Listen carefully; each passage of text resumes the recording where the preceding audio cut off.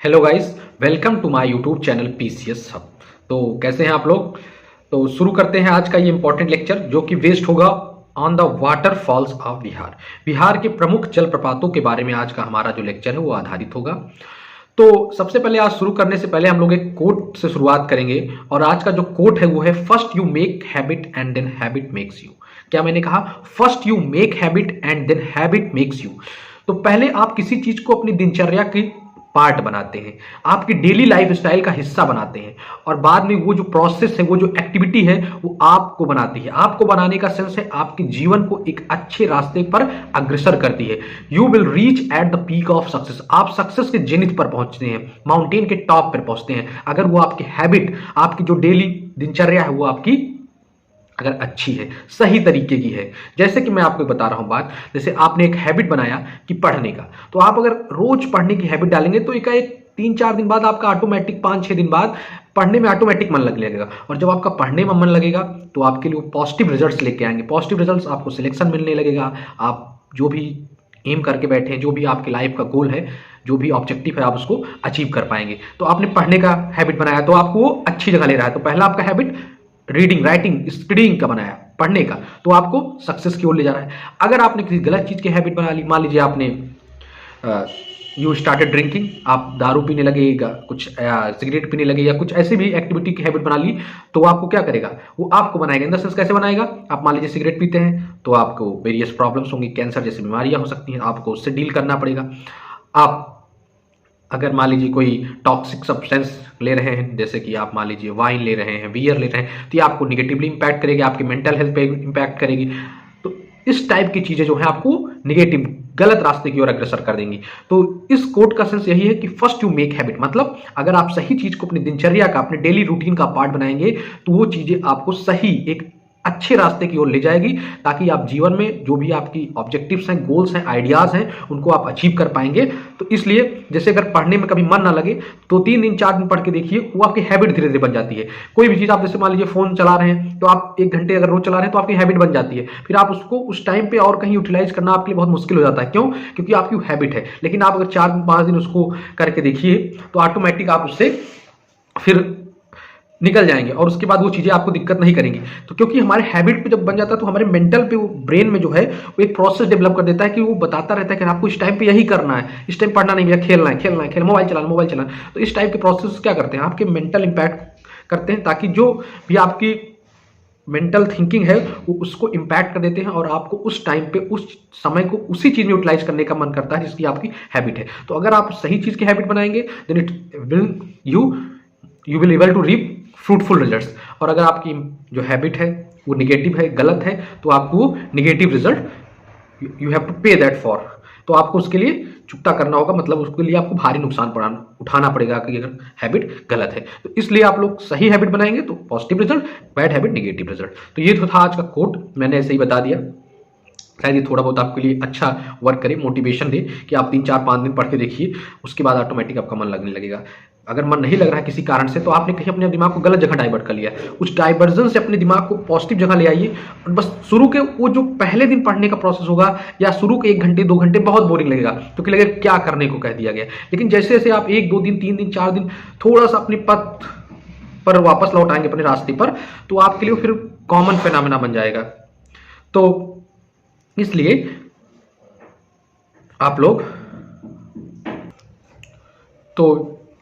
को जब वो प्रोसेस में आ जाता है तो वो चीज़ें आपके लिए अच्छा वर्क करने लगी। और अगर आपने निगेटिव उसका कुछ मतलब स्टार्ट कर दिया है हैबिट का, तो आपको निगेटिवली इंपैक्ट करेगा। इसलिए हैबिट बहुत ही जरूरी होती है। तो शुरू में अगर आपको पढ़ने का मन लगे तो शुरू में 1-2 दिन ट्राई करिए अच्छे से पढ़ने का, उसके बाद ऑटोमेटिक आपका मन लगने लगेगा। तो चलिए, ज़्यादा इधर उधर की बात ना करते हुए सीधे अपने लेक्चर पे आते हैं, नहीं वरना आप लोगों को लगेगा बोरिंग हो गई पूरी क्लास। तो सबसे पहले हम लोग बात करते हैं वाटरफॉल्स ऑफ बिहार की। तो अगर मैं बात करूं इंपॉर्टेंट वाटरफॉल्स ऑफ बिहार के, तो उसमें जो पहला इंपॉर्टेंट वाटरफॉल है बिहार का वो है आपका करकट वाटरफॉल। तो मैं इसमें आपको बताऊंगा कि कौन सा वाटरफॉल कहां पे सिचुएटेड है, मतलब किस डिस्ट्रिक्ट में है, और जिन रिवर्स पर वो सिचुएटेड है, जिनकी इंफॉर्मेशन मेरे पास है, मैं उसको भी आपको बता दूंगा कि किस रिवर पे है और साथ ही साथ किस डिस्ट्रिक्ट में सिचुएटेड है। ये आपके लिए इंपॉर्टेंट है, इसलिए आप लोग उस पर ध्यान दीजिएगा। खासकर आगामी 68वीं बीपीएससी के लिए बहुत ही इंपॉर्टेंट टॉपिक है।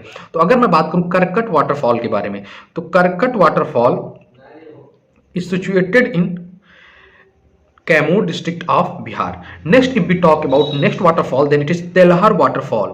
तेलहर वाटरफॉल के बारे में अगर हम लोग बात करें तो Telhar waterfall is situated in Kaimur district of Bihar. तो तेलहर और करकट आपकी कहाँ सिचुएटेड है? कैमूर जिले में। नेक्स्ट अगर हम लोग बात करें तो वो है दुर्गावती। दुर्गावती कहाँ सिचुएटेड है? दुर्गावती आपका सिचुएटेड है रोहतास पे, रोहतास जिले में सिचुएटेड है आपका दुर्गावती वाटरफॉल। दुर्गावती के बाद जो नेक्स्ट वाटरफॉल है वो है धुआं कुंड। अगर मैं बात करूं धुआं कुंड वाटरफॉल के बारे में तो धुआं कुंड वाटरफॉल भी आपका सिचुएटेड है रोहतास में। और लास्ट है मंझर कुंड। मंझर कुंड भी आपका रोहतास में। तो रोहतास में 3 वाटरफॉल है, कौन कौन? दुर्गावती, धुआं कुंड और मंझर कुंड। अगर मैं बात करूं दुर्गावती की तो दुर्गावती आपकी दुर्गावती रिवर पर सिचुएटेड है। कौन से रिवर पर? Durgavati waterfall is situated on Durgavati river. If we talk next then it is Dhuan Kund. अगर मैं धुआं कुंड के बारे में बात करूं तो ये कौ रिवर पर सिचुएटेड है and the last is Manjhar Kund. तो ये 3 इंपॉर्टेंट वाटरफॉल हैं जो कि रोहतास में सिचुएटेड है।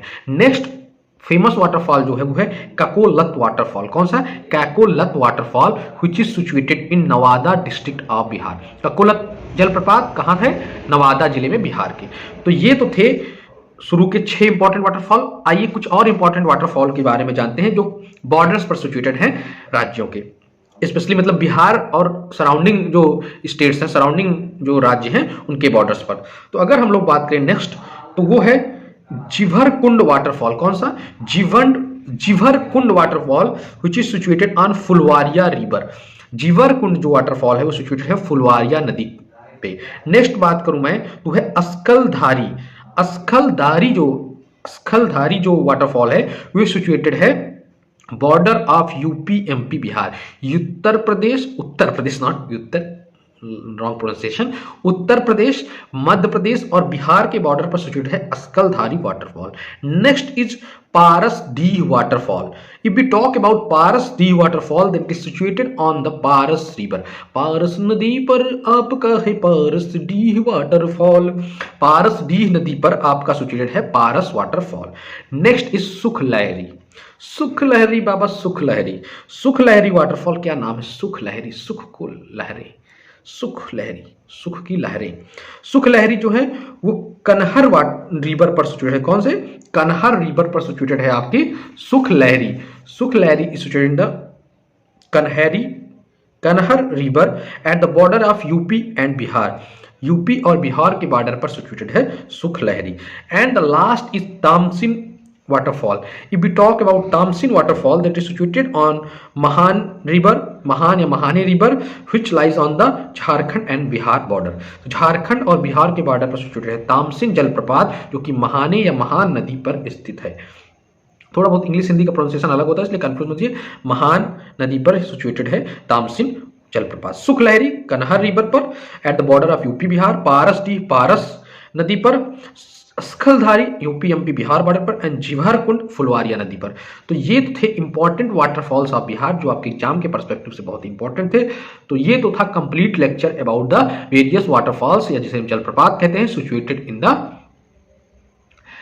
बिहार। तो इतनी सी बात समझ में आप लोगों को आई होगी। कृपया इसे ध्यान देके पढ़िए क्योंकि जो 68वीं बीपीएससी की आगामी आने वाली परीक्षा है जो कि 12 फरवरी को आयोजित होनी है उसके रिगार्डिंग इसमें से क्वेश्चन आने के चांसेस हैं। चाहे वो मैच द फॉलोइंग के फॉर्म में आ सकते हैं या डायरेक्ट क्वेश्चन पूछा जा सकता है।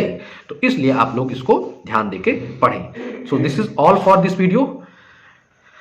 अगर आपको कुछ समझ में ना आया हो, कोई क्वेरी हो तो आप लोग कमेंट करके जरूर बताएं। अगर अभी तक चैनल को सब्सक्राइब नहीं किया, चैनल पर नए हैं तो प्लीज़ सब्सक्राइब करें और बेल आइकन को दबाना ना भूलें। मिलते हैं अगले वीडियो में, तब तक के लिए जय हिंद, जय भारत। हंसते रहिए, मुस्कुराते रहिए, देखते रहिए पीसीएस हब।